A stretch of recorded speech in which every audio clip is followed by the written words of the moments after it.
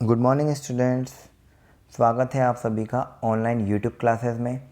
मैं अंकित आज आपके सामने लेकर आया हूँ क्लास 11th अकाउंटेंसी का एक वेरी इंपॉर्टेंट टॉपिक। स्टूडेंट्स, इसके पिछली वाली क्लास में हमने आपको गोल्डन रूल्स ऑफ अकाउंटिंग समझाए थे और आशा करते हैं कि वो आपको समझ में आए होंगे। ठीक है, तो आज हम उन्हीं गोल्डन रूल्स के अकॉर्डिंग कुछ नया सीखने वाले हैं। ठीक है, और लेकिन हाँ, ये बात ध्यान रखिएगा, जब तक आपको गोल्डन रूल्स नहीं समझ में आए तब तक आप आगे कुछ भी नहीं कर पाएंगे। ठीक है, तो अपन स्टार्ट करते हैं आज का अपना नया टॉपिक जिसका नाम है जनरल। ठीक है, general it is very important topic. तो जनरल क्या होता है शायद आपने अभी तक नहीं सुना होगा, तो इसको अच्छे से सुनना, पूरी वीडियो देखना, पूरा समझ में आ जाएगा आपको। The word journal is as origin of French word jour. मतलब जनरल की उत्पत्ति फ्रेंच वर्ड जॉर से हुई है, विच मीन्स अ डे। और जॉर का मतलब क्या होता है? एक दिन। ठीक है, hence journals means a book of daily record. इसलिए हम कह सकते हैं कि जनरल का मतलब क्या होता है? एक बुक है, एक आपके पास एक बुक है जो कि डेली रिकॉर्ड को मेंटेन करती है। ठीक है, okay. Journal is therefore a principal book of primary record in which a businessman enter all his transactions date wise in chronological order in the debit and credit side along with narration। ठीक है, क्या बताया गया है? General क्या है? आपकी एक डेली रिकॉर्ड की एक बुक है। ठीक है, जिसमें क्या करता है?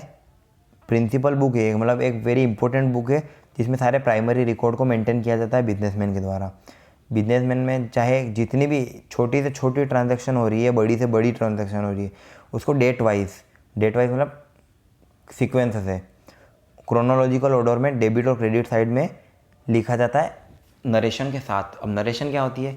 तो जो लेन देन हुई उसका विवरण, उसकी जो डिटेल है, उसको हम नरेशन कहते हैं। ठीक है, according to the principle of double entry system the process of such recording is called journalizing. अब डबल एंट्री सिस्टम के अनुसार जो ये सारी सीक्वेंस के अनुसार, नरेशन के अनुसार जो डेबिट क्रेडिट किया जाता है, उसको हम जनरलाइजिंग कहते हैं। And the record is called general entry. और जो हमने रिकॉर्ड किया उसको क्या कहेंगे? हम जनरल एंट्री कहेंगे। In the word of Roland एक बहुत बड़े राइटर है, उनने यहाँ पे डेफिनेशन दी है जनरल की। क्या है? कि general is the book of original record in which a businessman inter all daily transactions. क्या बताया गया है उनने? कि जनरल क्या है? एक बुक है ओरिजिनल रिकॉर्ड की, जिसमें सारा सब कुछ ओरिजिनल रिकॉर्ड किया जाता है बिजनेसमैन के द्वारा, जो कि उसने दिन भर में जितनी भी ट्रांजेक्शन्स की है एक बिजनेसमैन ने, और उनको अपनी बुक में लिखा, वो क्या होता है? जनरल होता है। फॉर एग्जांपल एक रेडीमेड शॉप की बात करते हैं। क्या होता है? सुबह से लगाकर एक बिजनेसमैन ने शाम तक या मंथली जितने भी सेल किया है, जितना भी परचेस किया है, जितनी भी सैलरी दी है, जितना भी रेंट दिया है, जितना भी रिफ़्रेशमेंट पे खर्च किया है, वो सारे खर्च जो एक प्रिंसिपल बुक या एक इम्पोर्टेंट बुक में नोट किए जाते हैं डेली रिकॉर्ड बेसिस पे, उसको हम जनरल बोलते हैं, है ना। तो ये जो प्रोसेस होती है इसको जनरलाइजिंग कहते हैं, और जो एंट्री की जाती है उसको जनरल एंट्री कहा जाता है।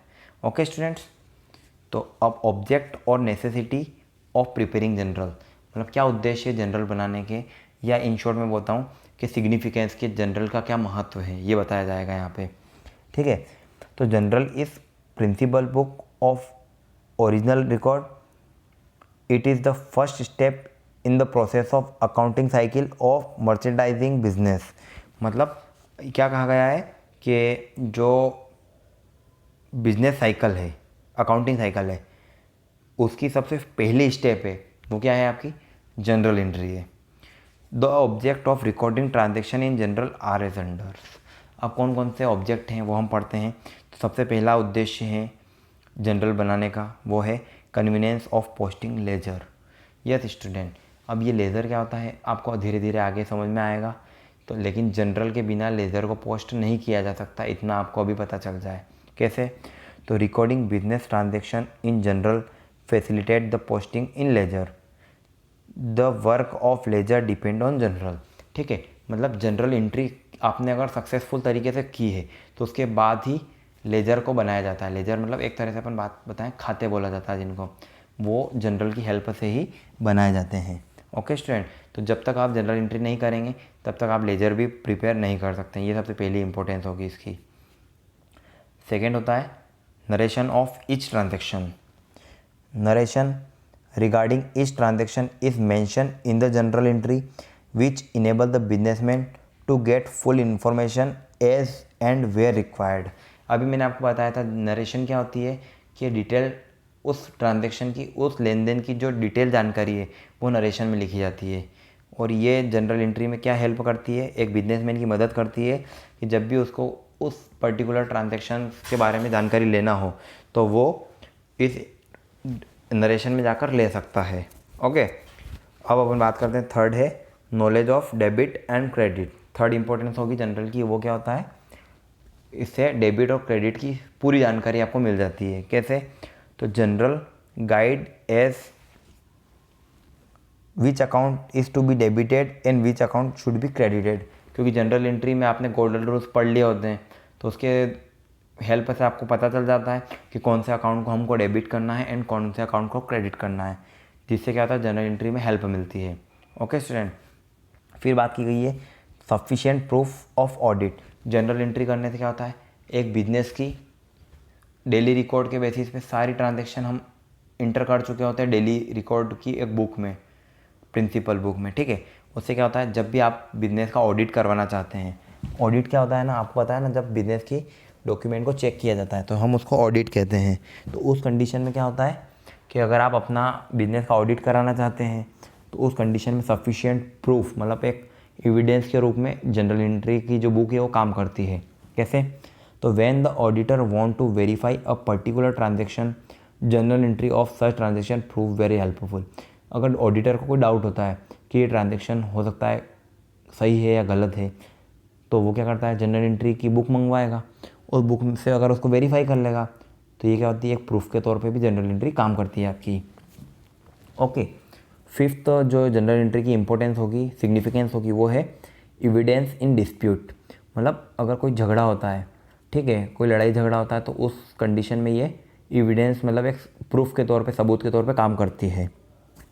कैसे, तो if there is any dispute about a business dealing record of journal entry prove a good evidence। In Soviet Russia, journal entry are regarded authentic evidence in the settlement of business disputes। ठीक है, मतलब जब भी कोई झगड़े की बात आती है तो वहाँ पे आपके सुलह करवाने में एक प्रूफ के तौर पे जनरल एंट्री हेल्प करती है। यहाँ पे सोवियत रशिया की बात बताई गई है कि जो जनरल एंट्री होती है उसको एक अथेंटिक एविडेंस माना गया है बिजनेस के, अगर कोई भी डिस्प्यूट होते हैं तो जनरल एंट्री के द्वारा उसको आसानी से सुलझाया जा सकता है स्टूडेंट्स। ठीक है, तो ये थी इनकी जनरल एंट्री की इम्पोर्टेंस जो कि आपको अच्छे से समझना है। अब अपन बात कर रहे हैं एक पॉइंट और भूल गए जिसका नाम है knowledge of day wise business. तो जनरल एंट्री का अगला ऑब्जेक्ट या अगला सिग्निफिकेंस होता है कि डे वाइज बिजनेस ट्रांजेक्शन का आपको नॉलेज टाइम टू टाइम मिलता रहता है। स्टूडेंट कैसे, तो वही डेली रिकॉर्ड के आधार पर अगर आप बिजनेस को रिकॉर्ड कर रहे हैं तो आपको आसानी से उसकी इन्फॉर्मेशन मिल जाएगी। तो journal enable the businessman to know the quantum of day wise business. Okay, day wise कितनी ट्रांजेक्शन हो रही है, कितना प्रॉफिट हो रहा है, कितना लॉस हो रहा है, एक बिजनेसमैन जनरल एंट्री को देखकर आसानी से समझ सकता है। ठीक है, अब अपन बात कर रहे हैं, ये तो इम्पोर्टेंस और ऑब्जेक्ट हो गए थे। अब मैं आपको बताने जा रहा हूँ very important format of general. Format of general मतलब अगर आप जनरल एंट्री करेंगे, हम बहुत जल्दी स्टार्ट करने वाले हैं तो उसके लिए सवाल है, तो सवाल में हमको फॉर्मेट क्या बनाना होगा। तो याद रखिएगा, ये ऑब्जेक्टिव में भी पूछा जा सकता है कि जनरल में कितने कॉलम होते हैं। तो यहाँ पे आपको दिख रहे हैं 1 2 3 4 5। ओके स्टूडेंट, तो जनरल है 5 कॉलम्स। तो सबसे पहला कॉलम आपको दिख रहा है डेट। सेकेंड कॉलम को मैंने नाम दिया है पर्टिकुलर्स, फिर नाम है लेजर फोलियो LF जिसको हम बोलते हैं, फिर आया है डेबिट अमाउंट और फिर आया है आपका क्रेडिट अमाउंट। मतलब जनरल में 5 कॉलम है तो ये 5 कॉलम आपके सामने हैं। अब ये कॉलम कैसे क्या होते हैं, मैं आपको समझा देता हूँ। सबसे पहले कॉलम का नाम था आपका डेट। अब डेट क्या होती है देखिएगा। सबसे पहले date, in this column the date on which transaction take place is entered. इसमें क्या करना है आपको, जिस दिन आपने ट्रांजेक्शन की है, जो लेन देन हुआ है, वो तारीख यहाँ पे, वो डेट यहाँ पे मेंशन की जाती है। सेकंड पॉइंट था आपका, सेकंड कॉलम है पर्टिकुलर्स। पर्टिकुलर्स मतलब हिंदी में बताऊँ तो मैं विवरण कहा जाता है। जो डिटेल ट्रांजेक्शन होती है वो यहाँ पे लिखी जाती है। कैसे, तो the name of two accounts affected by transaction are written in this column in 2 lines. 2 line में लिखा जाता है। पहली वाली लाइन होती है आपकी डेबिट लाइन और सेकेंड लाइन होती है credit line. In the first line the name of receiving account और account to be debited will be written. पहली वाली लाइन में मैंने क्या बताया, जो अकाउंट डेबिट हो रहा है उसको लिखा जाता है। And the word DR will be suffixed. याद की रखिएगा कि डेबिट, हम बार बार डेबिट डेबिट पूरा नहीं लिखेंगे, डेबिट को शॉर्ट फॉर्म में DR कहा जाता है, वो लिखा जाता है। ठीक है। In the next line the name of giving account और account to be credit will be written preceded by the word to. मैंने आपको इसके पहले वाली वीडियो में बताया था, जब क्रेडिट करते हैं तो उसको टू से शो किया जाता है। This line will start affix to leaving a title space.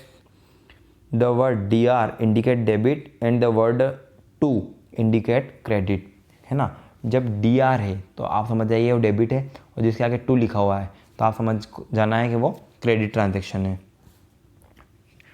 ठीक है। Below this line short description of transaction is made which is called narration. ठीक है। तो पहली लाइन में हम अपन ने डेबिट करना है, सेकेंड लाइन में हमने क्रेडिट करना है, उसके बाद एक ब्रैकेट में नरेशन लिखी जाती है, जिसके बारे में ब्रीफ डिस्क्रिप्शन होता है। डिस्क्रिप्शन मतलब कि वो लेन देन किससे संबंधित है, वो इन शॉर्ट उसको छोटा सा नरेट कर दिया जाता है। It indicates to why and which account is debited and credited. There after a line is drawn which is signifies that entry is complete. और ये 3 लाइन नरेशन कंप्लीट करने के बाद बीच में एक लाइन से उसको शो कर देना है कि हमारी ये एंट्री कंप्लीट हो चुकी है। ठीक है स्टूडेंट्स। और थर्ड पॉइंट हमने नाम दिया था थर्ड कॉलम को, जिसका नाम था LF, जिसको हम बोलते हैं लेजर फोलियो। ठीक है। तो फोलियो मीन्स पेज, याद रखिएगा। फोलियो को हम क्या कहते हैं, पेज बोलते हैं। Every transaction entered in journal is posted later on the ledger. So in this column the number of page of ledger where in the transaction has been posted is entered. तो आपको ज़्यादा load लेने वाली बात नहीं है। Ledger folio में क्या लिखा जाता है, पेज नंबर जहाँ पे ये ट्रांजेक्शन लिखी गई थी वो पेज का नंबर यहाँ पे मेंशन किया जाता है। नॉर्मली अगर आप अभी करेंगे तो ये कॉलम आपका ब्लैंक ही रहेगा। ठीक है। फिर अपन अगली बात करते हैं फोर्थ कॉलम की, जिसका नाम है अमाउंट डेबिट, डेबिट अमाउंट। तो this column carries the amount against the account which has been debited. यहाँ पे क्या करना है, जो जितना अमाउंट डेबिट करना है वो अमाउंट हमको यहाँ पे मेंशन कर देना है। फिफ्थ कॉलम का नाम है आपका अमाउंट क्रेडिट या क्रेडिट अमाउंट। तो इस कॉलम में क्या करना है, जो अमाउंट क्रेडिट किया जा रहा है वो अमाउंट लिखना है सिर्फ। ये दोनों कॉलम जो है डेबिट और क्रेडिट, ये क्या है, अमाउंट लिखने के लिए कॉलम है। तो this column carries the amount against the account which has been credited. ठीक है स्टूडेंट्स। तो अपन ने समझ लिया, क्या समझा आपने आज की इस क्लास में। मैंने आपको meaning of general, objective of preparing general, ठीक है, उसके बाद जनरल एंट्री के जो फॉर्मेट थे 5 कॉलम उनको समझाया है। तो जनरल में अगर इन शॉर्ट बताऊँ तो 5 कॉलम बनाए जाते हैं। पहले वाले कॉलम में डेट को लिखा जाता है। सेकेंड कॉलम पर्टिकुलर, जिसमें जो भी बिजनेस आपकी ट्रांजेक्शन्स हो रही है उस ट्रांजेक्शन को लिखा जाता है। पहली लाइन में डेबिट, सेकेंड लाइन में टू से क्रेडिट शो करते हैं।